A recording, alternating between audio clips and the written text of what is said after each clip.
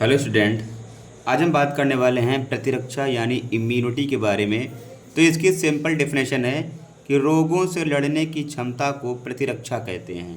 रोगों से लड़ने की क्षमता को प्रतिरक्षा कहते हैं। जैसे हमारे शरीर के अंदर बैक्टीरिया, वायरस या किसी भी परजीवी का आक्रमण होता है, तो उससे सुरक्षा देने के लिए जो हमारे अंदर क्षमता विकसित होती है उसी को क्या बोलते हैं हम?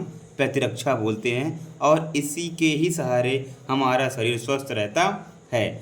आप प्रतिरक्षा को देखेंगे कितने प्रकार के होता है, तो यह दो प्रकार का होता है। पहला होता है सहज प्रतिरक्षा और दूसरा होता है उपार्जित प्रतिरक्षा। देखो, सहज प्रतिरक्षा किसे कहते हैं? यह जन्म से मौजूद होता है, यानी जब बच्चा जन्म लेता है तो उसके जन्म से ही यह प्रतिरक्षा मौजूद होती है। और उसके बाद सेकंड पॉइंट है, यह सभी रोग जनकों पर समान रूप से कार्य करती है। यानी जितने भी रोग कारक होते हैं, चाहे बैक्टीरिया, वायरस, कोई भी हो, उस पर समान रूप से कार्य करते हैं। आई वो समझ में? उस पर समान रूप से कार्य करते हैं। इनमें स्मृति नहीं होती, यानी ये विशेष बैक्टीरिया और वायरस को पहचानने की क्षमता नहीं होती। क्यों नहीं होती? क्योंकि ये सभी पे क्या करते हैं? एक समान रूप से कार्य करते हैं, इसलिए इनमें स्मृति नहीं होती। इनका मुख्य घटक क्या होता है? त्वचा, जो हमारी स्किन होती है। देखो, जो हमारी स्किन होती है, स्किन के जो ऊपरी परत होती है, ऊपरी स्तर में जो कोशिकाएं होती हैं, इन कोशिकाओं में क्या पाया जाता है? केराटिन पाया जाता है, जो क्या होता है? जल रोधी और विभिन्न प्रकार के बैक्टीरिया, वायरस का क्या होता है? ये रोधी होता है। यानी इससे अंदर कोई भी बैक्टीरिया, वायरस या जल कोई भी अंदर जा नहीं सकता है। आई वो समझ में? तो ये भी हमारे एक प्रतिरक्षा तंत्र का हिस्सा है। उसके बाद हमारा हो गया आंसू। देखो, आंसू में क्या होता है? जब कोई बैक्टीरिया, वायरस हमारी आंखों के संपर्क में आता है तो आंसुओं के द्वारा वह बाहर निकल जाता है, क्योंकि आंसू में क्या रहता है? लाइसोजाइम। तो लाइसोजाइम उसको मार करके बाहर निकाल देता है। और उसके बाद क्या है?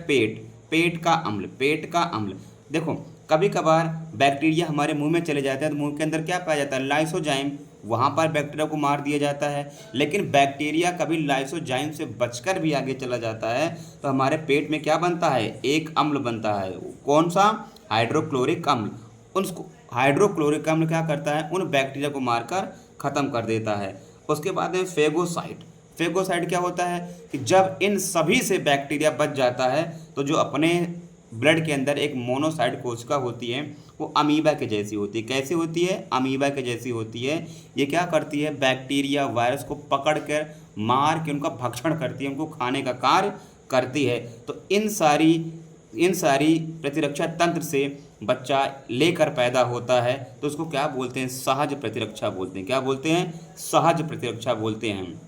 आई बात समझ में? अब उपार्जित प्रतिरक्षा किसे कहते हैं? इसमें देखेंगे कि जीवन के बाद में विकसित होती है। यानी सहज प्रतिरक्षा क्या थी? ये जीवन से ही प्रारंभ थी, और उपार्जित प्रतिरक्षा ये जीवन के बाद में विकसित हो रही है।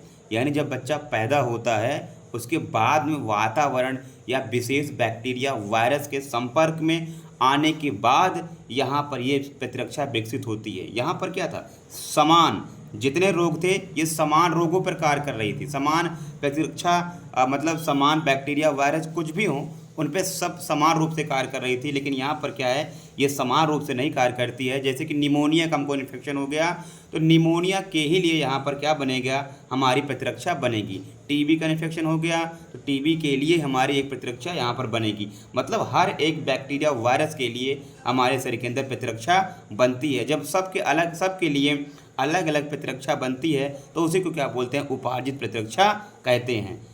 उसके बाद देखेंगे कि किसी विशेष रोगजनक को पहचान कर उसे खिलाफ